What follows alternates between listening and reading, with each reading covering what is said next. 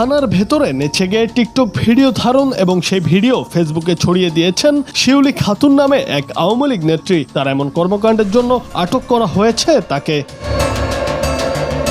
ঘটনাটি ঘটেছে নাটোরের বড়ইগ্রামে থানার ভেতর। আজ মঙ্গলবার সকালে ওই নেত্রীকে আদালতে পাঠানো হয়েছে। এর আগে সোমবার রাতে নিজ বাড়ি থেকে আটক করা হয় ওই নেত্রীকে। শিউলি খাতুন নাটোর জেলা শ্রমিক লীগের মহিলা বিষয়ক সম্পাদক এবং বড়ইগ্রাম পৌরসভার ৪ নং ওয়ার্ড আওয়ামী লীগের সহ সভাপতি। তার একাধিক বিয়ে হয়েছে বলে জানা গেছে। তিনি গত উপজেলা পরিষদ নির্বাচনে মহিলা ভাইস চেয়ারম্যান পদে ফুটবল মার্কা প্রতীকে নির্বাচন করে পরাজিত হন।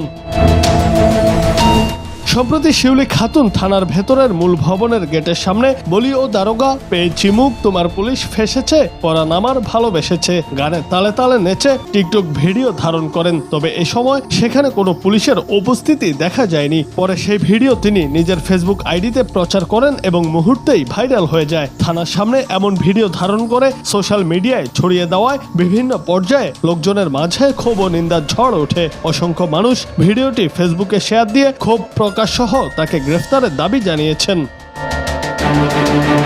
এ বিষয়ে আটকের আগে আওয়ামী লীগ নেত্রী শিউলি খাতুন জানান, টিকটক করা আমার নেশা, সে কারণেই ভিডিওটি ধারণ করেছিলাম। তবে এখন বুঝতে পারছি থানার সীমানার ভেতরে কাজটি করা ঠিক হয়নি। বড়ইগ্রাম থানার ওসি সিরাজুল ইসলাম জানান, আমাদের সবার অগোচরে 17 সেকেন্ডের ভিডিওটি ধারণ করা হয়েছে। বিষয়টি সংবাদকর্মী ও সামাজিক যোগাযোগ মাধ্যম সূত্রে জানতে পেরেছি। তাকে আটক করে আদালতে পাঠানো হয়েছে। জুনায়েদ আহমেদ, বাংলা টিভি।